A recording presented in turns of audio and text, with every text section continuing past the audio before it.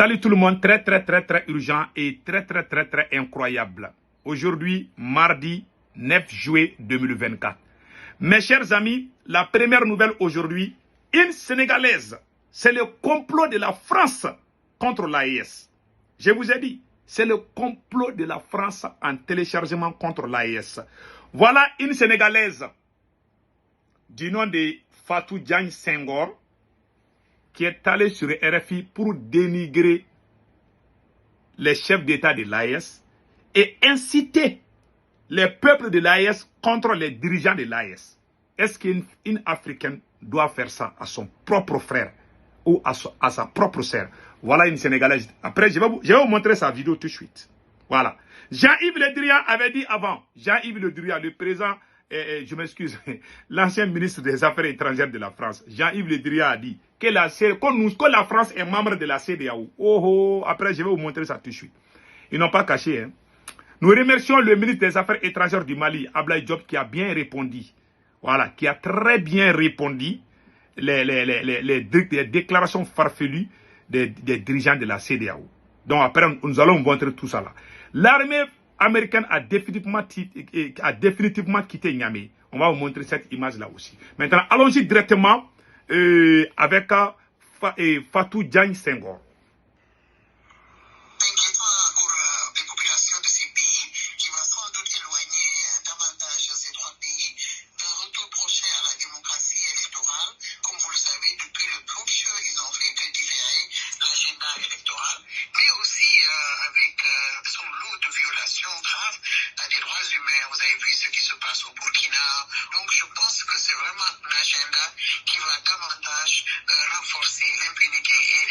Des droits humains, mais tout cela c'est vraiment aussi pour l'aider. Mais moi je pense que ce qui se fait c'est dangereux, mais je ne suis pas sûr que c'est irréversible. Les populations dans cette sous-région ont vécu l'enfer pendant des décennies.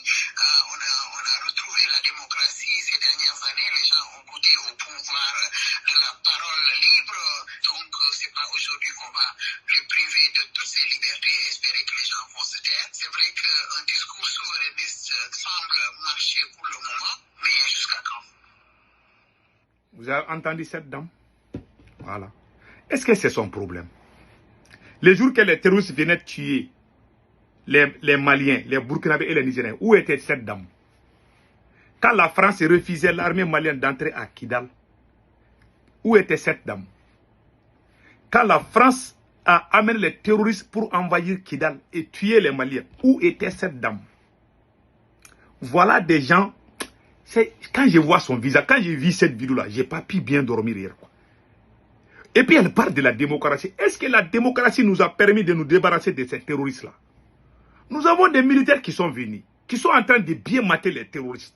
Au lieu de nous féliciter, elle vient parler de la démocratie. Nous, on cherche à vivre, elle parle de la démocratie. Quel genre de personne cette dame est? Je respecte trop les femmes, je ne vais pas aller loin, mais franchement, j'ai été déçu de sa déclaration en tant qu'une Africaine, en tant qu'une mère. Tu vas aller dénigrer nos présidents sur RFI parce que nous ne sommes plus dans la CEDEAO. Est-ce que c'est forcé qu'on est dans la CEDEAO? Ce n'est pas forcé. L'Angleterre ne fait pas partie de l'Union européenne. La Mauritanie a quitté la CEDEAO. Est-ce qu'ils ont pris des sanctions contre la Mauritanie? Mais ça dit, moi je ne comprends pas pourquoi ces acharnements. On dit on ne veut plus être dans la CEDEAO. On peut vivre vraiment comme des frères africains. Mais nous ne sommes plus dans la CEDEAO. Parce que la CEDEAO est télécommandée et dirigée par la France. Voilà un autre complot de la France contre l'AES. Cette dame parle, je me demande, franchement ça m'a déçu en tant qu'une mère. Combien de femmes ont perdu leurs enfants? Combien d'enfants ont perdu leur maman? Des villages brûlés, des bétails emportés, des champs brûlés, des déplacés, des millions de déplacés. Où était celle-là quand cela s'est passé au Mali, au Burkina et au Niger? Où était cette dame-là? Quand je vois avec son visage là, c'est énervant quoi. Des gens qui... Et puis elle va aller parler sur les RFI comme ça là. Quelle honte. Quelle honte cette dame. C'est la plus grande honte du siècle. Je vous dis en tant qu'une maman. Est-ce que vous savez combien de gens ont perdu leur vie? Combien de Burkinabés ont été tués par ces terroristes? Est-ce que la France nous a aidés avec toutes ces armes? avec ses avions, ses blindés. Qu'est-ce que la France a fait pour sauver ses vies? C'est lorsque la France est partie que le Mali a pu récupérer Kidal. C'est lorsque la France a quitté le Mali que le Mali a chassé tous ces terroristes. Ils sont allés se cacher en Algérie et en Mauritanie. Toi, où étais-tu à cette époque? Vraiment, la dame la Fako Fatou Diagne Senghor, c'est très déplorable ce qu'elle vient de faire. Maintenant, nous remercions le ministre des Affaires étrangères du Mali, Ablaye Diop, qui va bien recadrer la CEDEAO. Voilà, écoutons. Dernière question, monsieur le ministre, si vous le permettez, des informations font état d'imposition de visa aux ressortissants de l'AES dans l'espace CEDEAO. Qu'en est-il? Merci infiniment. Vous savez, j'ai le communiqué des chefs d'État sous la main ici, que j'ai parcouru en long et en large parce que j'ai entendu parler d'éléments par rapport. Je ne vois aucune référence dans le communiqué des chefs d'État par rapport à des restrictions qui seraient imposées à la circulation de nos ressortissants dans cet espace. Mais même si ce que vous dites, s'il était avéré, ça veut dire que ça nous donne raison en ce sens que probablement les responsables de la CEDEAO ou certains responsables de la CEDEAO ne sont pas sortis des anciennes méthodes, toujours de faire peur aux populations, de faire le chantage aux populations, d'utiliser les populations comme une arme pour créer des problèmes avec leurs dirigeants. Donc aujourd'hui, nous pensons que nos populations ne doivent pas servir de bouclier. En tout cas, pour ce qui concerne l'AES, nous sommes dans une autre dimension, nous sommes dans une autre dynamique qui est celle de la fraternité, de la solidarité et de l'amitié entre les peuples. Voilà. Voilà. Bravo au ministre des Affaires étrangères, Ablaye Diop. Bravo, bravo. Il a bien répondu. Voilà. Ils veulent utiliser, quand vous écoutez cette dame-là, voilà, cette dame-là, quand cette dame parlait tout de suite, elle a parlé, elle est en train de faire croire, ça fait mal quoi. Une maman, hein, une maman, voilà une maman comme ça. Elle a des enfants, elle est là avec ses enfants. Il y a des femmes qui pleurent parce que les terroristes tuent leurs enfants. Mais c'est là, elle est là en train de mentir. Elle ment comme elle respire. Je vous dis, c'est la plus grande honte du siècle. Notre ministre des Affaires étrangères vient de la corriger. Voilà. Quelle la population? C'est la population même de l'AES qui a demandé à quitter à la CEDEAO, c'est tout. Ce ne sont pas les dirigeants qui ont quitté. Ce sont les gens, ce sont les populations. 100% des Maliens, 99% et 99% des Burkinabés et 99% des Nigériens sont contre la CEDEAO, c'est tout. Le président Amadou Toumani a demandé l'aide de la CEDEAO. Quand les terroristes ne dépassaient même pas 200 ou 300 comme ça, ils étaient à la porte. Amadou Toumani a dit que si vous ne venez pas m'aider là, ces gens-là, ils seront trop nombreux et puis ils vont déstabiliser tout le Sahel. On ne l'a pas écouté. La CEDEAO avait promis d'aider le Mali en 2012, quand ATT était président, paix à son nom. ATT a demandé au président ivoirien en 2012 et au président sénégalais en 2012, ils avaient promis d'aider le Mali. Lorsque la France de Sarkozy a envoyé son ministre de la Défense et son ministre des Affaires étrangères, voilà, Laurent Fabius et Alain Juppé sont venus à Dakar, au Sénégal, pour dire à la CEDEAO de ne pas aider le Mali. Et la CEDEAO a accepté. Cette dame était où quand la CEDEAO a pris cette décision? Est-ce que la CEDEAO a aidé le Mali à libérer Kidal? Quand les terroristes ont tué les Maliens dans les bateaux là, où était la CEDEAO? Il faut vraiment nous laisser respirer un peu quoi.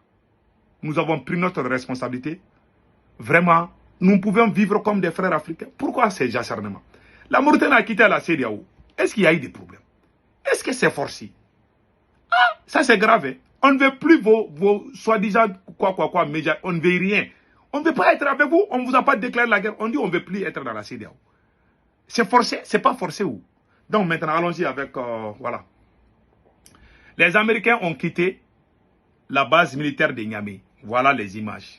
Environ 50 jours après la signature de l'accord consacrant les désengagements des troupes militaires américaines du territoire nigérien, force est de constater que cette opération se déroule normalement sous la supervision des autorités militaires nigériennes et américaines. Cet accord prévoit la fermeture de toutes les emprises militaires américaines au Niger, dont celles de Niamey, Agadez, Oualam et Difa, avant la date butoir du 15 septembre 2024. Ainsi, la première étape des grandes manœuvres logistiques et le désengagement du personnel américain, débuté officiellement le 7 juin dernier, est arrivé à son terme dans la nuit du 7 au 8 juillet 2024 à la base aérienne 101 de Niamey. Cette étape a été parachevée par la signature des documents de rétrocession des emprises de Niamey et Walam aux forces armées nigériennes. Le ministère de la Défense nationale de la République du Niger et le département de la Défense des États-Unis d'Amérique annoncent que le retrait des forces et des équipements américains de la base aérienne 101 de Niamey est désormais achevé. Cette transition, annoncée le 19 mai 2024, avec la signature des conditions de retrait, s'est conclue aujourd'hui par une cérémonie de transfert en présence de la commission mixte de désengagement marquée par le départ d'un C-17 Globemaster 3 de l'armée de l'air américaine de la base aérienne 101. Cette base aérienne, considérée par l'armée américaine comme un site de coopération en matière de sécurité, a accueilli du personnel et des moyens américains dans le cadre de la lutte contre les organisations terroristes dans la région. Grâce à une coopération et à une communication efficace entre les forces armées nigériennes et américaines, cette opération s'est achevée avant la date prévue et sans aucune complication. Avec la fermeture du complexe américain de la base aérienne 101, les forces américaines vont désormais se concentrer sur le retrait de la base aérienne 201 d'Agadez. Les responsables nigériens et américains sont résolus et à assurer un retrait sûr, ordonné et responsable d'ici le 15 septembre 2024. Ils réaffirment leur engagement à garantir la protection et la sécurité des forces américaines durant ce processus. Le ministère de la Défense nationale de la République du Niger et le département de la Défense des États-Unis d'Amérique reconnaissent les sacrifices communs consentis par les forces armées des deux pays. Il faut noter que depuis le début du processus de désengagement des troupes américaines du territoire nigérien, aucun incident n'a été signalé, ce qui témoigne du professionnalisme des deux parties et leur volonté à mener ce processus à terme dans les règles de l'art. Ensemble, les deux parties ont effectué une visite des sites américains de la base 101, rétrocédée désormais à l'armée nigérienne. Il s'agit entre autres de la piste d'atterrissage et la base vue des soldats américains. La dernière vague du personnel et des équipements militaires américains de cette première étape a enfin décollé aux environs de minuit 15. Bye bye. Bye. Ouh, ils sont partis. Voilà. Maintenant, mettons-nous au travail. Aidons nos dirigeants vraiment pour que l'AES soit vraiment une référence pour toute l'Afrique et dans le monde entier. Donc mes chers amis, passez un excellent week-end. Ciao, ciao.